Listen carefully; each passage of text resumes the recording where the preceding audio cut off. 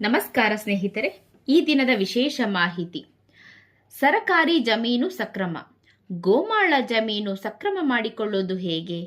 ನಮೂನೆ 57, 94A, 94B ಕಲಂಗಳು, ಅರ್ಹತೆ, ನಗರ ಮಿತಿ ನಿಯಮಗಳು ಹಾಗೂ ಇದರ ಸಂಪೂರ್ಣ ಮಾಹಿತಿಯ ಬಗ್ಗೆ ತಿಳ್ಕೊಳ್ಳೋಣ ಬನ್ನಿ. ಗ್ರಾಮೀಣ ಕರ್ನಾಟಕದಲ್ಲಿ ದಶಕಗಳಿಂದ ರೈತರು ಕಷ್ಟಪಟ್ಟು ಬೆವರು ಸುರಿಸಿ ಬೆಳೆ ಬೆಳೆದಿರೋ ಜಮೀನು ಒಂದಿನ ನಿಮ್ದಲ್ಲ ಅಂತ ಸರ್ಕಾರದ ಗೋಮಾಳ ಅಂತ ಹೇಳಿದಾಗ ಎಷ್ಟು ಆಘಾತ ಆಗ್ಬೋದು ಅಲ್ವಾ? ಒಂದ್ಸರಿ ಊಹಿಸ್ಕೊಳ್ರಿ. ಅನೇಕ ಕುಟುಂಬಗಳ ಜೀವನದ ಆಧಾರವಾಗಿರುವ ಭೂಮಿ ಕಾನೂನುಬದ್ಧವಾಗಿ ನಮ್ಮ ಹೆಸರಿಗೆ ಇಲ್ಲದೆ ಇದ್ರೆ ಅದು ಭವಿಷ್ಯದಲ್ಲಿ ದೊಡ್ಡ ಸಮಸ್ಯೆಗೆ ಕಾರಣ ಆಗ್ಬೋದು. ಹೀಗಾಗಿ ಗೋಮಾಳ ಜಮೀನು ಸಕ್ರಮ ಮಾಡಿಕೊಳ್ಳೋದು ಹೇಗೆ, ಯಾವ ಕಾನೂನಿನ ಅಡಿಯಲ್ಲಿ ಅವಕಾಶ ಇದೆ, ಹಾಗೆ ಯಾರು ಅರ್ಜಿ ಹಾಕ್ಬೋದು, ಯಾವ ಯಾವ ಮಿತಿಗಳು ಇವೆ ಎಂಬುದನ್ನು ಹಂತವಾಗಿ ನಾವಿಲ್ಲಿ ತಿಳ್ಕೊಳ್ಳೋಣ ಬನ್ನಿ. ಮೊದಲನೇದಾಗಿ ಗೋಮಾಳ ಜಮೀನು ಅಂದ್ರೆ ಏನು ಅಂತ ತಿಳಿಯೋಣ. ಗೋಮಾಳ ಎಂಬ ಪದವೇ ಹೇಳುವಂತೆ ಇದು ಗ್ರಾಮದ ಜಾನುವಾರುಗಳಿಗೆ ಮೇವು ಒದಗಿಸಲು ಮೀಸಲಿಟ್ಟಿರುವಂತಹ ಸರ್ಕಾರಿ ಜಮೀನಾಗಿದೆ. ಕರ್ನಾಟಕ ಲ್ಯಾಂಡ್ ರೆವಿನ್ಯೂ ಆಕ್ಟ್ 1964 ಅಡಿಯಲ್ಲಿ ಪ್ರತಿ 100 ಜಾನುವಾರುಗಳಿಗೆ ಕನಿಷ್ಠ 30 ಎಕರೆ ಗೋಮಾಳ ಜಮೀನು ಇರಬೇಕು ಎನ್ನುವ ನಿಯಮ ಇದೆ. ಈ ನಿಯಮದ ಉದ್ದೇಶ ಗ್ರಾಮೀಣ ಪ್ರದೇಶಗಳಲ್ಲಿ ಪಶುಸಂಗೋಪನೆ ಮತ್ತು ಹಾಲು ಉತ್ಪಾದನೆ ಅಭಿವೃದ್ಧಿಗೆ ಸಹಾಯ ಮಾಡೋದು.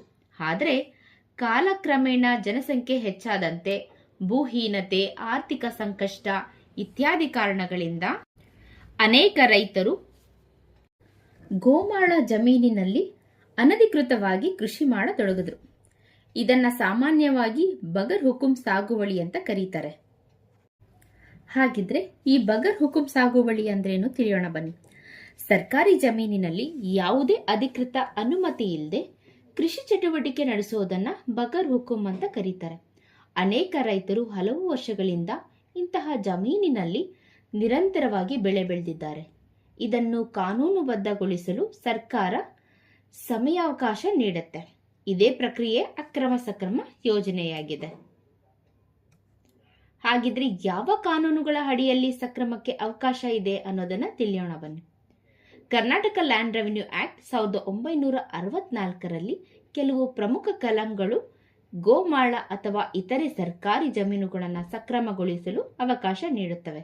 Section 94A, 94B, 94C, 94CC ಈ ಕಲಂಗಳು ನಿರ್ದಿಷ್ಟ ಷರತ್ತುಗಳಡಿ ಸರ್ಕಾರಕ್ಕೆ ಅನಧಿಕೃತ ಸಾಗುವಳಿಯನ್ನ ಸಕ್ರಮಗೊಳಿಸುವ ಅಧಿಕಾರ ನೀಡುತ್ತೆ.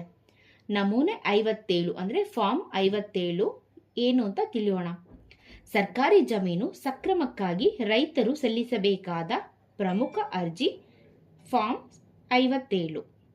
ಈ ಅರ್ಜಿ ಸಾಮಾನ್ಯವಾಗಿ ಇಂದಿನ ಅವಧಿಯಲ್ಲಿ ಅವಕಾಶ ತಪ್ಪಿದವರಿಗೆ, ದೀರ್ಘಕಾಲದಿಂದ ಸಾಗುವಳಿ ಮಾಡುತ್ತಿರುವವರಿಗೆ ಹಾಗೂ ಭೂಹೀನ ಅಂದ್ರೆ ಭೂಮಿನೇ ಇಲ್ಲದೆ ಇರುವಂತಹ ರೈತರಿಗೆ ಮತ್ತೆ ಒಂದು ಸುವರ್ಣಾವಕಾಶ ಆಗಿರುತ್ತೆ.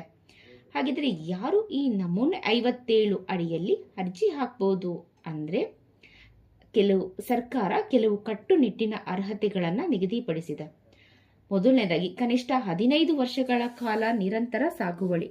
ಅರ್ಜಿದಾರರು ಕನಿಷ್ಠ 15 ವರ್ಷಗಳ ಕಾಲ ಆ ಜಮೀನಿನಲ್ಲಿ ನಿರಂತರವಾಗಿ ಕೃಷಿ ಮಾಡ್ತಿರ್ಬೇಕು.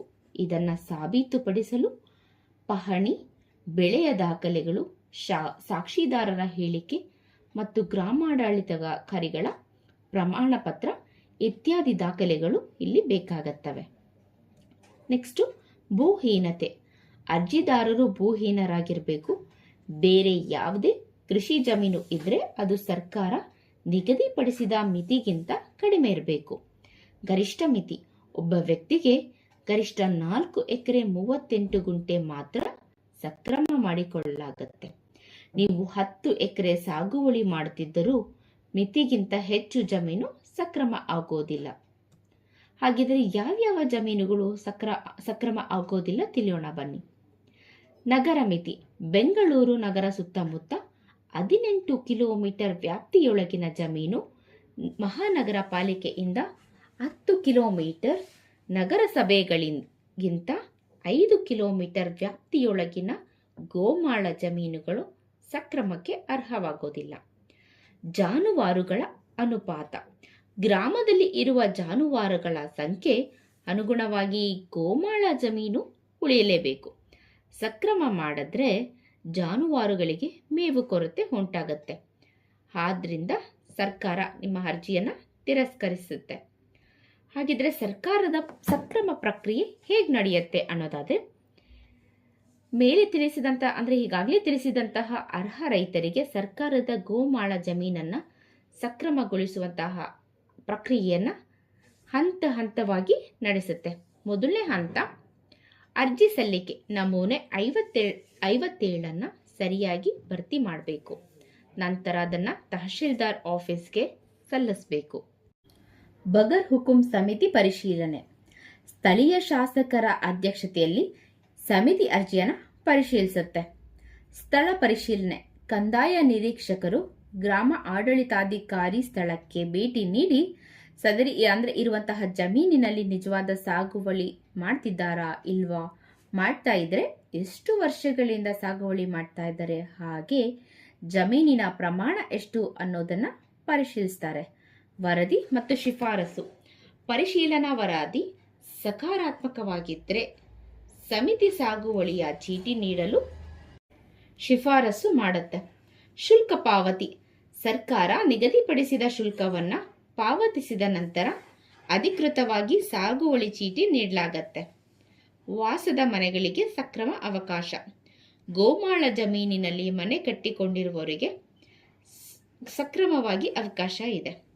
ಗ್ರಾಮೀಣ ಪ್ರದೇಶದಲ್ಲಿ ಸೆಕ್ಷನ್ 94C ಮತ್ತು ನಗರ ಪ್ರದೇಶದಲ್ಲಿ 94CC ಕಲಂಗಳ ಅಡಿಯಲ್ಲಿ ಹಕ್ಕುಪತ್ರ ಪಡೆದು ವಾಸದ ಹಕ್ಕನ್ನು ಕಾನೂನುಬದ್ಧಗೊಳಿಸ್ಕೋಬಹುದು.